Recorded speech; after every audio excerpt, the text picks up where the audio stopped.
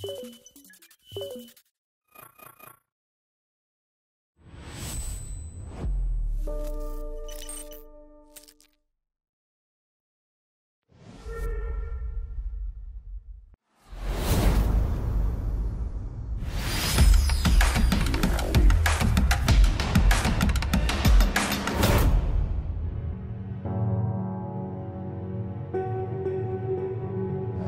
келген кедергіге кезіккенде адамның өмір жолында басқа да жолдар ашылады.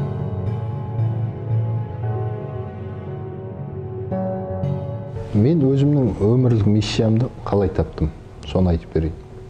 Ауылдан арман қуып Алматыға келгенде ағылшынша және испанша оқытатын бөлімге оқуға түстім.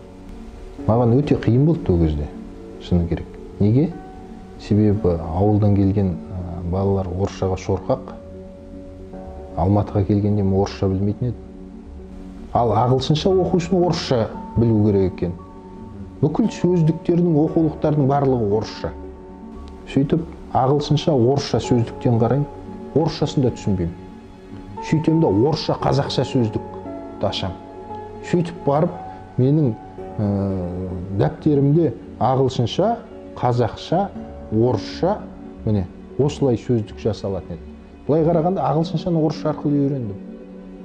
Сөйтіп, міне, ағылшыншаны, орысшаны қатар үйренуге тура келді.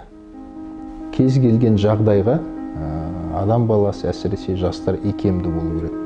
Сынып қалатын кездер өте көп адамның басында. Әсіресе оқуды жаңа бітірген түлектер бірыңғай ұлттық тестілеуден өтеді. Тапсыра алмай қалғандар. Бүкіл өмірге өкпелеп, артқа қарап жатып алатындар да бар. Мен де түсе алмай қалдым. ұбт тапсырдым, түсе алмай қалдым.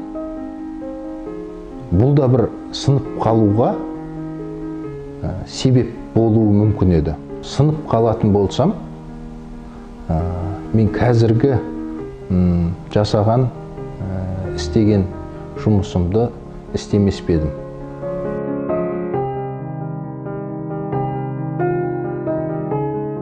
Мәселен, біз 90-шы жылы мен мектепке бардым да, 2000-шы жылы бітірдім. Ол кездерде шынында да қиын еді. ұбт-дан өте алмай қалып, оқуға түскен кезде ауылда шынында да Алматыға баратын ақша да жоқ еді. Сол астымда жүрген жалғыз атымды сол кезде сойып сатып, ол кезде 35 мың теңгедей болды. Мініп жүрген жылқымның арқасында мен Алматыға аттандым. Сонда үйге кірген кезде өзімнің жылқымның басы жатты, көз ашық. Соған қарап, көңілім босап, сенің маған жасаған жақсылығыңды ақтайым дегендей, жылқымның басында сондай бір сөз бергендей болдым.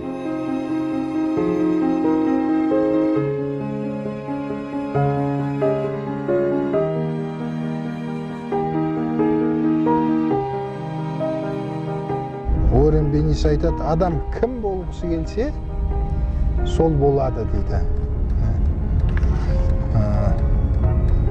Қателіктен қорқудың өз қателік дейді. Сондықтан болғың келген бағытта ешқандай қиындықтан да қателік жасап қоям деп қорықпай алға баса беру керек. Табандылық адамды жетістікке сүйрейді екен. Бүгін 50 бет кітапты бітірем деп табанды, соны біткенше сол кітапты оқып отыру, өзіңде соны әдетке айналдыруда табандылыққа бастайды. Дамыған ұлтқа айналу үшін, бәсекелестікке қабілетті ұлтқа айналу үшін, сол ұлттың әр адам бәсекелестікке қабілетті болу керек. Мәселен, сіз кинорежиссерсіз ба? Сіз әлемдік деңгейдегі 30 елдің қатарына қосылғымыз келеді ғой. Демек, сіз топ 30-да болуыңыз керек. Инженер ма? Біздің инженерлер топ 30 сұранысқа ие инженерлер болу керек. Міне, мемлекет өздігінен дамбайды. Оның адамы бәсекелестікке қабілетті болған кезде ғана ел де бәсекелестікке қабілетті болады. Америкалық әлеуметтанушылардың 3-ші орын деген теориясы бар. Сол теорияға сәйкес жұмысың, үйің 1-ші орын, жұмысың 2-ші орын, ал 3-ші орын қажет деген адамның толыққанды даму үшін. Ол 3-ші орын қазір кафе, ресторан, кофейнялар алып кетті. Неге кофейнялар көбейіп кетті? Себебі 3-ші орынды алып кетті. Енді біздің кітапханаларды біздің мақсатымыз сол 3-ші орынға айналдыру. Қайбір күні оқушылармен кездестім. Сұрайды, құндылық деген не деп. Сонда менің өзім түсіндігімде құндылықты мен екіге бөліп қараймын. Кәсіби құндылықтар және адами құндылықтар. Кәсіби құндылықтарға келетін болсақ, кәсібің сенің құныңды арттыру керек. Демек сен еңбегіңді жоғары бағалайтындай. Айталық, ұшақтың жүргізушісін ал, көліктің жүргізушісін ал. Көлікті жүргізуге қанша уақыт керек? 3 ай керек, 3 айда көлік жүргізіп кетесіз. Ал ұшақ жүргізуге 3 жыл керек. 3 жыл еңбектенуіңіз керексіз, оқуыңыз керексіз. Сондықтан сіз 3 жыл бір кәсіпке уақытыңызды арнасаңыз, сіздің құныңыз да соншалықты артады. Сондықтан кәсіби құндылық дегеніміз осы. Айталық, сіздің аяқ қолыңыз жоқ, бірақ тірісіз. Ник Вуйчичті алайық, ал аяқ қолым жоқ деп мәселен өмірден баз кешуге де болар. Болмаса Ник Вуйчич сияқты өзінің армандарын орындап өмір сүруге де болар. Сондықтан трагедияның өзін триумфке айналдыру өте маңызды дүние. Бұлай қараған кезде балық беріп бәріне бақытты қыла алмайсың.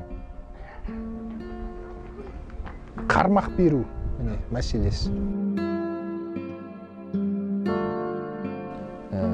Сәтсіздік бұл жаңа жетістіктерге жол ашатын бір белестер. Сондықтан мен өміріме жетістіктерімнен гөрі сәтсіздіктеріме көбірек алғыс айтамын. Егер ондай сәтсіздік болмағанда, мәселен, мен өмір шыңдамас едім. Гладуэлл деген автор бар, Малкольм Гладуэлл, соның Outliers деген кітабы бар. Дара туғандар ғой, былай айтқанда. Даралар деп атайықшы, даралар. Сол Outliers-де айтады. Скрипка ойнайтын адамдарды мысалға келтіреді да, ең виртуоз генийлермен ортаң қолды және нашарларды айыратын олардың скрипкаға дайындалған уақыты ғана дейді. Менің ойымша барлығы еңбекте деп ойлаймын. Еңбекқорлық, табандылық, кез келген дағдыны шыңға шығарады, кез келген тіпті туа бітті жоқ қасиеттің өзін адамның бойына дарытады. Жатпай тұрмай еңбек етіңіздер, айқай-шуға араласпай, ең бастысы халықтың игілігі үшін, қоғамдық мүдде үшін еңбектене беру керек. Ең бастысы үлкен бір глобалды проблеманы шешем деген үлкен миссия, мақсатың болу керек алдында. Сонда ешқашан шаршамайсың, ешқашан түңілмейсің, сәтсіздіктерге ұрынған кезде қайтадан тұрып алға жүре бересің. Сондықтан еңбек етіңіздер.